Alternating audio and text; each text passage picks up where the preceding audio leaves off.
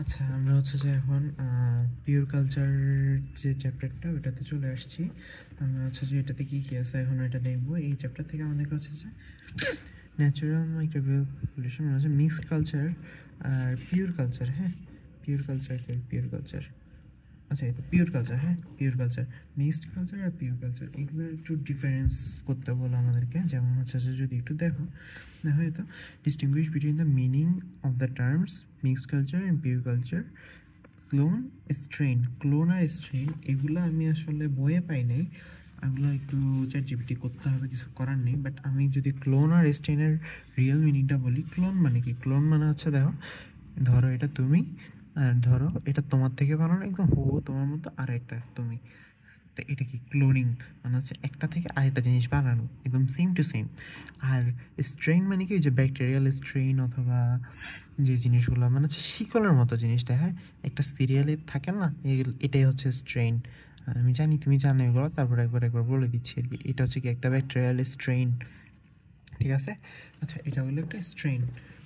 Clone আর strain বুঝাই দিলাম। পিওর কালচার আর মিক্সড কালচার তো এখানে পাচ্ছই বইয়ের মধ্যে, এইগুলো গেল। তারপরে এই চ্যাপ্টার থেকে আর কি পড়তে হবে তোমাকে? Methods of isolating pure culture, এটার মধ্যে স্ট্রিক্ট প্লেট টেকনিক আর হচ্ছে পুয়ার প্লেট টেকনিক প্লাস হচ্ছে কি স্প্রেড প্লেট টেকনিক, এই তিনটা জিনিস, ঠিক আছে? তিনটা জিনিসের মধ্যে আসলে বেসিক্যালি এই পুয়ার প্লেট টেকনিকটা একটু বেশি আসে আমি যা দেখলাম। তারপর হচ্ছে কি এই টেকনিকটা একটু নামটা মনে রাখতে পারো, এটা কখনো দিবে না, ঠিক আছে?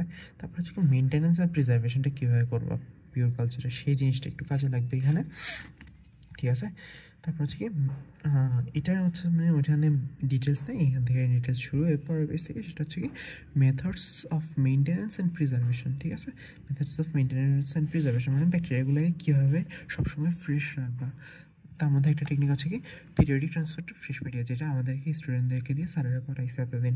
তারপরে preservation of overlaying cultures mineral oil. তারপরে কি লায়োফিলাইজেশন মানে হচ্ছে কি ডিপ ফ্রিজিং। ডিপ ফ্রিজিং করলেও অনেকটা প্রিজার্ভ করা যায়। এই তিনটা ভাগ হচ্ছে তুমি এগুলো প্রিজার্ভ করতে পারবে। এই তিনটা জিনিস একটু ডিটেলস পড়ে নিতে হবে।